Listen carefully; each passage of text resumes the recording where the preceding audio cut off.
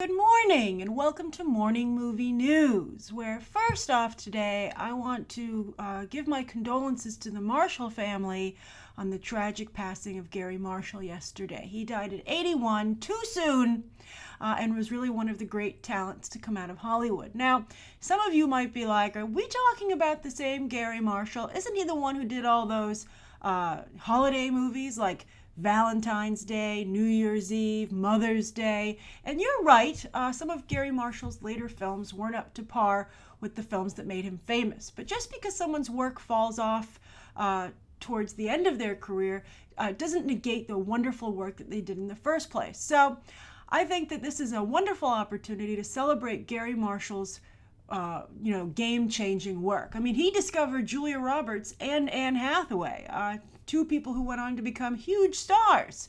Both of them had trouble maintaining that level of stardom, but nevertheless, when they were hot, they were white hot.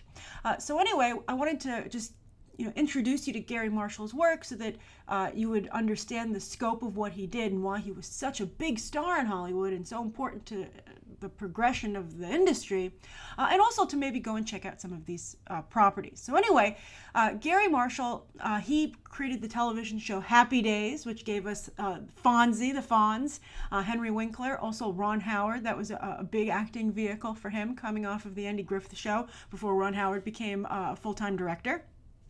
And then also Garry Marshall brought Neil Simon's The Odd Couple to TV, which is a huge accomplishment because The Odd Couple was such an iconic television series. In fact, many people don't even know that it was a play first.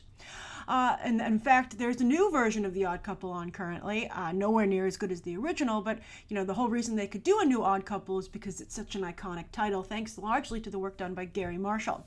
He also, of course, directed Pretty Woman, which made Julia Roberts an overnight sensation. He was able to do a very romantic, lighthearted comedy about a prostitute, which is really impressive when you think about it, right? Like, how many directors could have pulled that off? I'm going to make a movie about a really wealthy one-percenter who hires a prostitute and then decides to keep her in his employ for a couple of weeks and ends up falling in love with her, and it all works out. Well, actually, they never really made a Pretty Woman 2. They made Runaway Bride, which wasn't as good.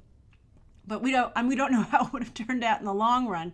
But still, it ended up being a very sweet movie instead of what maybe it would have been if perhaps Steven Soderbergh had made it. But anyway, he then went on, Garry Marshall, to do the Princess Diaries movies, which were kind of like a teenage version of Pretty Woman to some degree. So very impressive work. Also, his sister is Penny Marshall, who appeared on some of his television shows early on, but she became a director herself.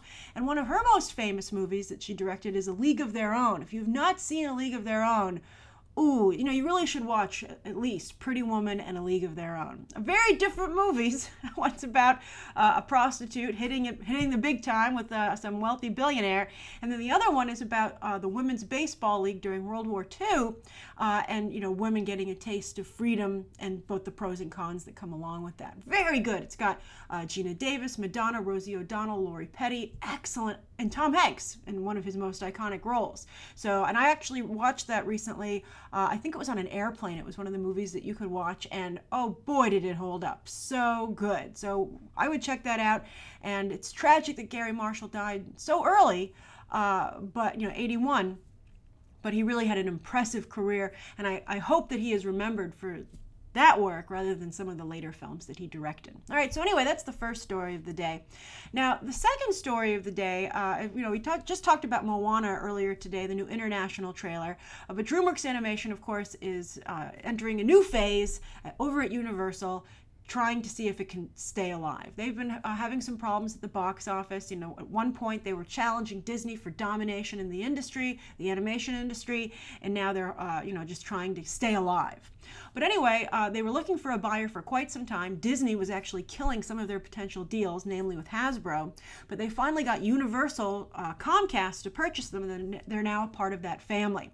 And as everyone pointed out when the purchase was completed, Universal already has Illumination Entertainment, very, quite lucrative animation studio for them. So that gives Universal two animation houses, Dreamworks and Illumination Entertainment, just like Disney has Pixar and their own Disney Animation. So anyway, everything seemed like it was going to be great, but it turns out that there were some rumblings about Katzenberg perhaps having some sort of weird side deal with Comcast, something that didn't quite seem right.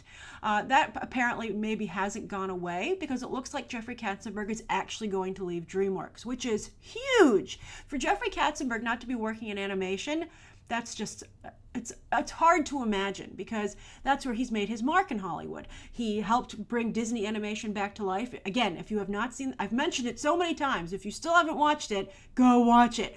Watch the documentary Waking Sleeping Beauty. It's fascinating to not only see how Disney animation came back to life and how Jeffrey Katzenberg helped contribute to that, but also the controversy and the infighting that was there. I mean, Jeffrey Katzenberg is a polarizing figure, but like many great studio executives, right?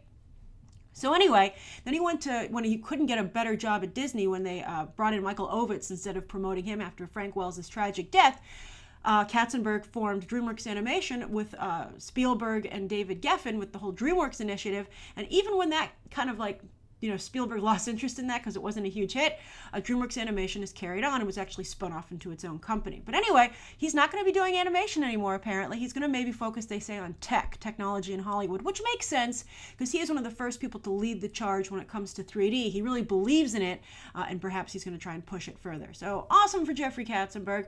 Too bad to see him have to leave, but I guess he wouldn't leave if he didn't need to. So now the big question becomes, will Chris Meledandri, who runs Illumination Entertainment, become the John Lasseter of Universal, where John Lasseter now, of course, stepped away from Pixar to run both animation studios. But the speculation in the Hollywood Reporter pointed out that Ed Catmull is able to run Pixar quite well, and they also have, Disney Animation run, their John Lasseter basically has very good second-in-command lieutenants who can work for him. So he can afford to be this, person who's above everything overseeing it. And the commentary about Meledandri is that he's not a delegator. And so not only would that concern me, but Illumination Entertainment is so specific in their brand and the style of their animation. As we've discussed, as I've said in my reviews of all of their films, they're incredibly European. Far anything that an American animation studio is putting out. So I don't really know if Chris Meledandri is the right choice to run DreamWorks Animation. I would, Pixar, because John Lasseter, who founded Pixar, came from Disney Animation, there was a sameness to them. They match. But I feel that DreamWorks and Illumination Entertainment are very different in the vibes of the two studios.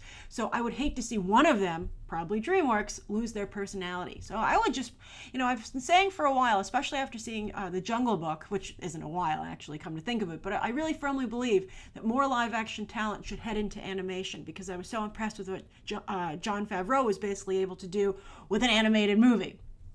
And one live action kid in the middle of it, Neil Setti. So I would maybe get a Hollywood talent to run DreamWorks and see if maybe I could move in that direction. I don't know. I don't think making Chris Meledandri the head of both is the right choice. But I'm curious, what do you think? And also, do you feel DreamWorks Animation should be saved?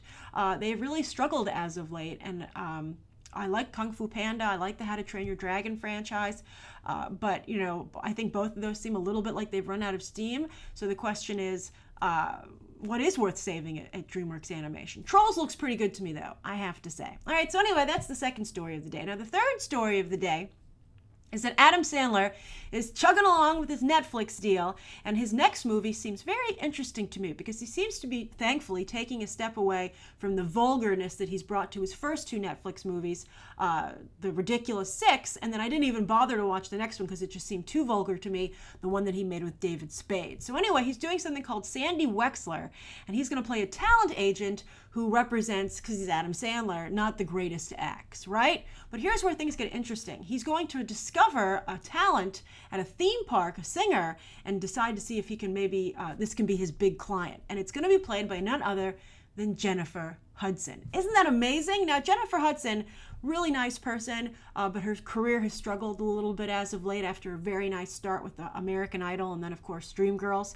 But things, I can see why she would make a Netflix movie. But anyway, she's going to sing here, and I don't think she would sign on for something if it was going to be too vulgar. And, the sweet spot for Adam Sandler over the years has been his romantic comedies. So for him to do one for Netflix could be very interesting. Not only that, but because this would be the first mixed race romance that Adam Sandler's ever done. Over all the movies that he's made, he's always been matched with a white actress. Even when he went to Africa, he fell in love with Drew Barrymore. So I think that it's a really good choice. I think, it's a bold choice, particularly for Adam Sandler, and I hope that he can do it in a good way. I hope that he goes back to being the Adam Sandler that everybody fell in love with and why he was so successful for a while. And I think that, woe is him if he decides to make a vulgar comedy and make unfortunate ethnicity jokes with someone as beloved and as sweet as Jennifer Hudson. And of course, I don't think that anyone would take kindly to that. So we'll see. And I'm curious, if this is a sweet romantic comedy co-starring Jennifer Hudson, who will be doing some singing, would you maybe be interested in checking it out? Or are you just done with Adam Sandler? Then finally today, I have a viewer question from Rabia Khan. Yesterday, I talked a lot about Leslie Jones representing Black women in movies and Elizabeth Banks representing female directors, and Rabia speaks to that. And she says, question, Grace, is it the responsibility of the minority to defy the stereotypes associated with them? If I want to do something associated with being a woman, are my actions speaking for all women? Is Hollywood really so dumb that they look at a handful of women and decide that they represent all of them? Yes, there needs to be more prolific women and minorities in Hollywood, but we can't give all the responsibility to the few. It's the responsibility of everyone. Well, Rabia, I think that that's a very nice sentiment, but it unfortunately flies in the face of human nature. Stereotypes exist often for a reason, and also there's a pattern emerging. I was able to point yesterday to many female directors who haven't acted as professionally as their male counterparts. And so that establishes a trend. And with so much money at stake and people's own careers at stake, the studio executives, they can get fired too. They're just not going to take chances. But I wanted to point out to you that it's not the few that have a responsibility, but the first. The first have a huge responsibility in anything, not just Hollywood, but when instigating social change, just like Barack Obama as the first Black president had tremendous responsibility to represent not only Black people, but also Black leaders and, his ability to be the president. And I think, by the way, he did a tremendous job. And it was very difficult for him because he had to balance the needs of the Black community with trying to be the president to the whole community. And it was very difficult. And, some Black people feel he didn't do a good job from what I've been able to surmise. But I think he walked that very razor fine line, quite well and admirably. So, and just like if Hillary Clinton were to be elected president, there would be tremendous pressure on her, not just to be president, but to be the first female president. So the first people are the most important because they either defy or prove the assumptions, both negative and positive. So it's very important. And if you want to go out there and if you want to be the first Black female comedian in a big blockbuster movie, and if you want to be the first, so to some degree, you could say, did Leslie Jones, I don't think anyone should say anything horrible to Leslie Jones, obviously, but Leslie Jones does have to take culpability for being like, did I maybe put my best foot forward? Or, did I do, you have to look at it and, you can't say, I'm just going to do what's good for me. It's a little bit like when Britney Spears was like, I never agreed to be a role model. And it's like, you have a very young audience of young girls. Of course you're a role model, whether or not you agreed to it or not. It's just what is.